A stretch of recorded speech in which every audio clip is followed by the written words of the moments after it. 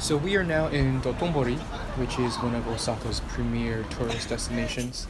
It's known for its nightlife, entertainment, restaurants, shopping, and all kinds of different things that you can do here. It runs along the Dotonbori Canal, which we're going to see later, along with the famous Ebisubashi Bridge.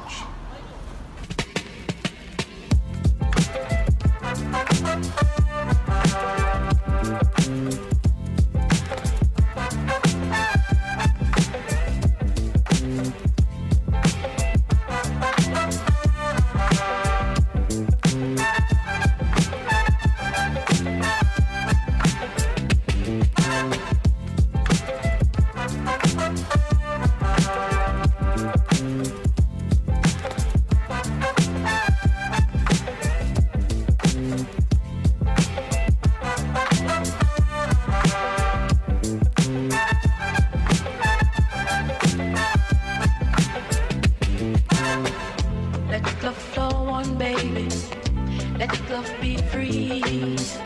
I reach for you, honey. You reach for me. For you, honey. Now here, I'm standing on the famous Ebisubashi Bridge.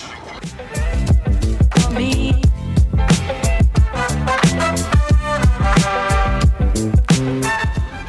This is the famous Glico man.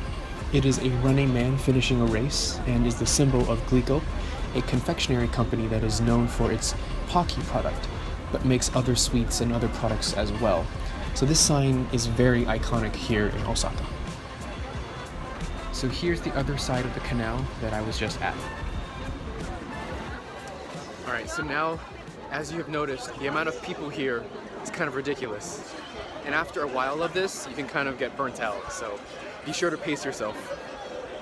It is very lively though.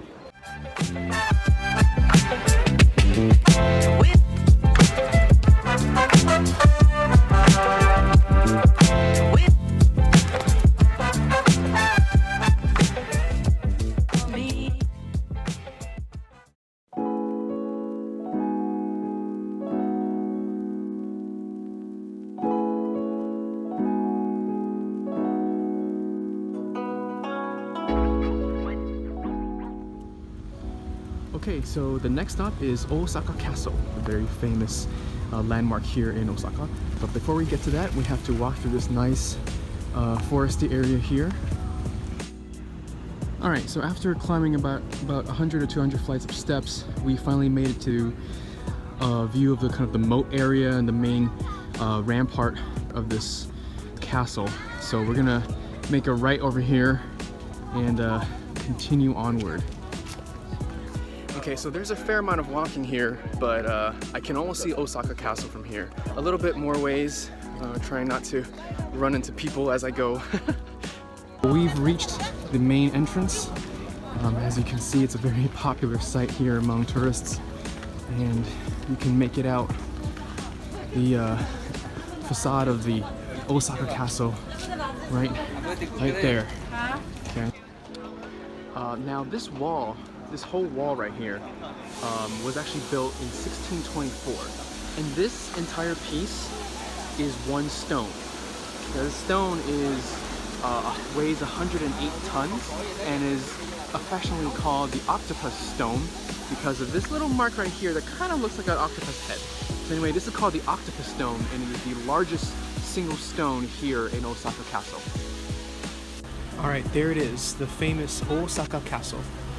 Now, I don't know if the video does it justice, but looking at it from here, it looks absolutely incredible. Quite naturally, this castle holds a tremendous amount of history. So in 1496, a very high-ranking monk actually built a temple called Ishiyama here in this location. Now, this temple had a lot of power and influence, but in 1880, when Oda Nobunaga began his unification campaign, he ended up burning this temple to the ground. So after Nobunaga died, Toyotomi Hideyoshi began controlling his political affairs, and he actually constructed a castle on the same site as the Ishiyama temple. So that was built in 1583, and then so that was kind of the first version of that Osaka castle. And Toyotomi, used that place as the political and military center of his campaign. But after the Tokugawa and Toyotomi battles and wars, especially during 1615, that castle fell to the Tokugawa clan. Now, after taking the castle, Tokugawa and his clan began the reconstruction of Osaka Castle. It took about 10 years to complete in 1630. It, continued to play a major role in the shogunate's control of Western Japan. So it's undergone several restorations. There's been fires and other things like the bombing raids of World War II that have damaged this place, and now today it's just a historic park site. Now this here is pretty incredible. This is a time capsule that was buried in 1970 at the World Expo. It contains 2,098 cultural assets of the 20th century. Now there are two different capsules stored here, and it's asked that at the beginning of every century the upper capsule is opened and the lower capsule isn't opened until 5,000 years later, in the year 6,970. Wow, that is some time capsule. Alright, let's head into the castle. Okay, so I'm walking through the museum located inside Osaka Castle.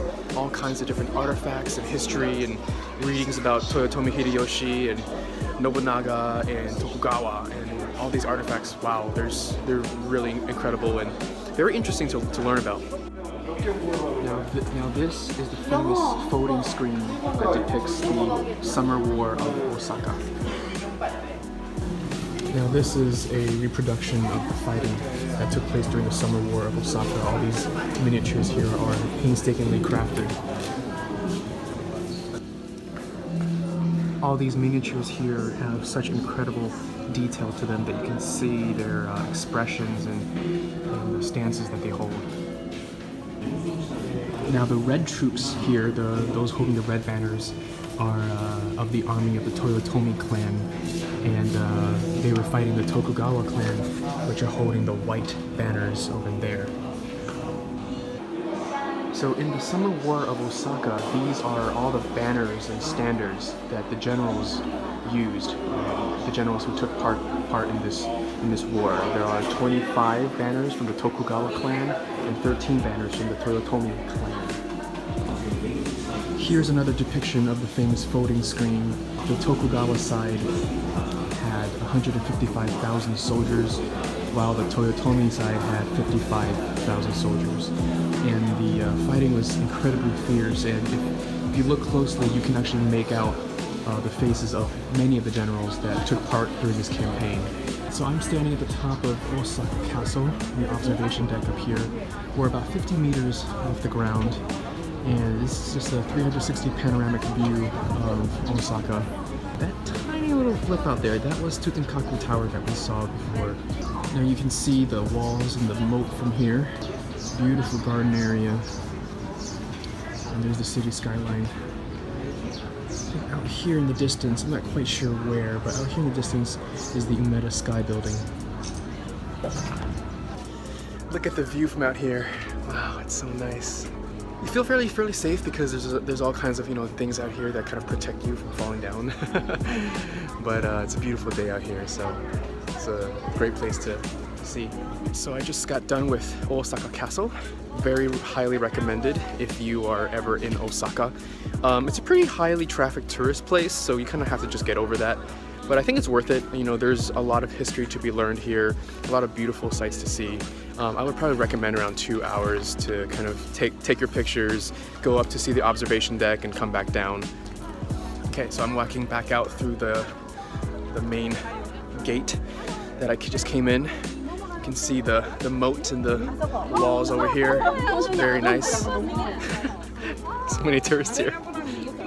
Kind of tucked away from the whole busyness of the castle is this little area that clearly no one really comes to. It's called the Plum Grove, and it's full of these little small paths that go along here in these this little area. So I'm just gonna take a short stroll through here and see if I can, I don't know, find any plums. Well, I didn't find any plums, but It's a beautiful garden area, and actually if you look at the map, this place is incredibly large. All kinds of different paths and offshoots of the main road that you can go on. There's different gardens and park areas around here.